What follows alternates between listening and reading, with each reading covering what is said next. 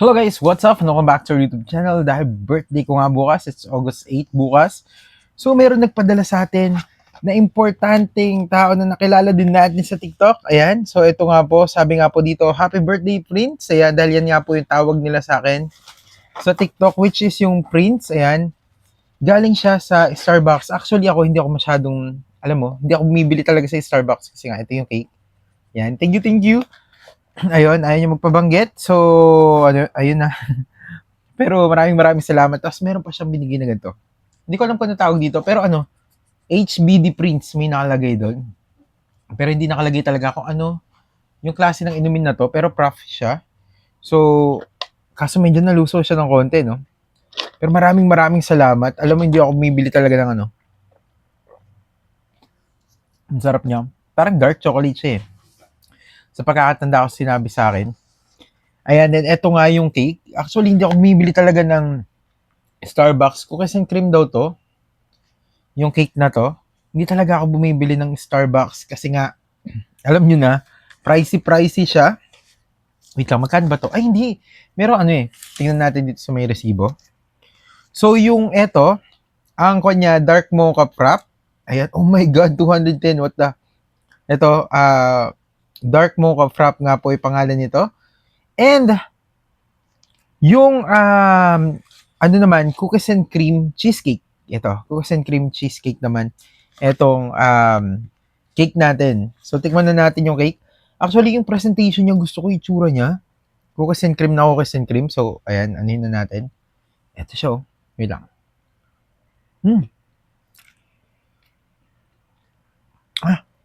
Ang sarap. Actually, malinamnam siya.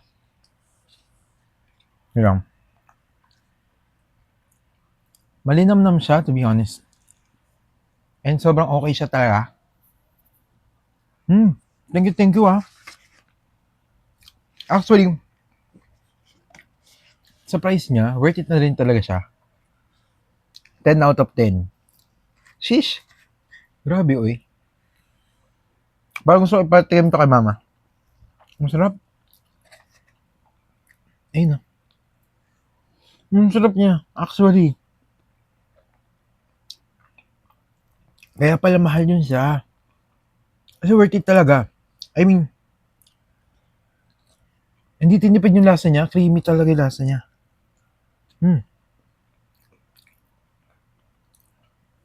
To be honest,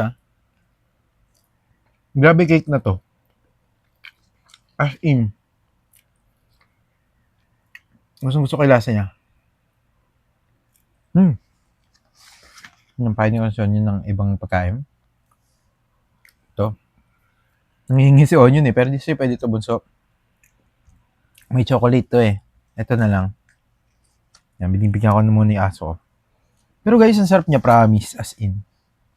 210, sobrang worth it.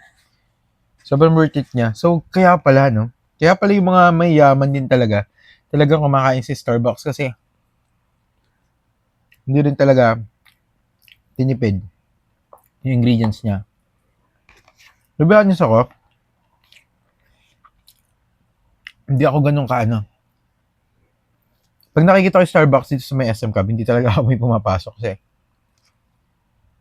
parang, alam mo yun, parang sa labas ka pa lang, parang kinukuha niya yung pera mo. Parang ganun kasi parang ang mahal. Pero sobrang worth it. Kung magiging cake nyo to, kung eto yung isang buong cake na i-regalo nyo sa isang tao, hindi kayo magsisisi. Sarap. To be honest. 10 out of 10 siya sa akin. Yung promise niya, siguro iba, medyo maka-oyen sila sa tamis. Pero syempre cake eh, di ba? Cake to, talagang matamis to. Pero, para sa akin, okay to. Parang hindi ako manghihina yung bilhin to. Bilis ko kayo. Konti na lang. Magtitira ako pa kain kay mama to. Ayan, syempre hindi pa ako pwedeng, hindi pwedeng ako lang yung kumain nito. Di ba, ma? Uy! Mm-mm. Sobrang worth it ah. Hmm, ayos. Hindi ka magsisising binili mo yun. Tapos eto naman, yung dark chocolate, what? Ano yung pangalan to? Dark mocha frappuccino, blended beverage. Beverage. Basta nabubulol ako. Ayan, sobrang ayos din. 10 out of 10 din, guys, actually. Alam mo yun, sakto yung chocolate niya, saka yung kanya. Yung pagiging creamy niya, ganun. Kaya pala, no? Kaya pala mahilig din talaga iba talaga sa, Starbucks. Hindi lang talaga siya mahal, kung hindi talaga, masarap din talaga siya. So, kaya pala ang daming mayayaman na tumatambay dyan, doon. Ayun. So, hanggang dito lang muna guys yung natin, yung vlog natin. Parang ko-convince na ako talaga na pumunta sa Starbucks kuminsan pagka malaki na yung sweldo natin dito para tikman yung mga ganito nila kasi sobrang goods talaga. Para sa akin, 10 out of 10 din to. Gusto ko yung lasa niya, to be honest. Maraming salamat sa nagbigay sa akin nito. At saka nitong pa-cake ko, maraming salamat kasi sobrang memorable talaga. Kasi syempre hindi ako bumibili lagi nito. Or hindi ako bibili nito. Binilan lang ako ni tita sa kami bumili lang sa akin ng isa pang ganito dati. Pero ibang flavor yun. Pero ang sarap. Goods. Gustong-gusto ko yung lasa niya. Yun lang, maraming salamat. God bless. Ingat po kayo palagi. And again, maraming salamat din sa lahat ng bumati sa akin. Ayan, of course. Lalo na yung nagbigay nyo to sa kanon. Maraming salamat sa iyo. God bless sa iyo at have a good health and long life. And ingat ka palagi. Bye-bye. See you again sa another vlog po natin. Thank you.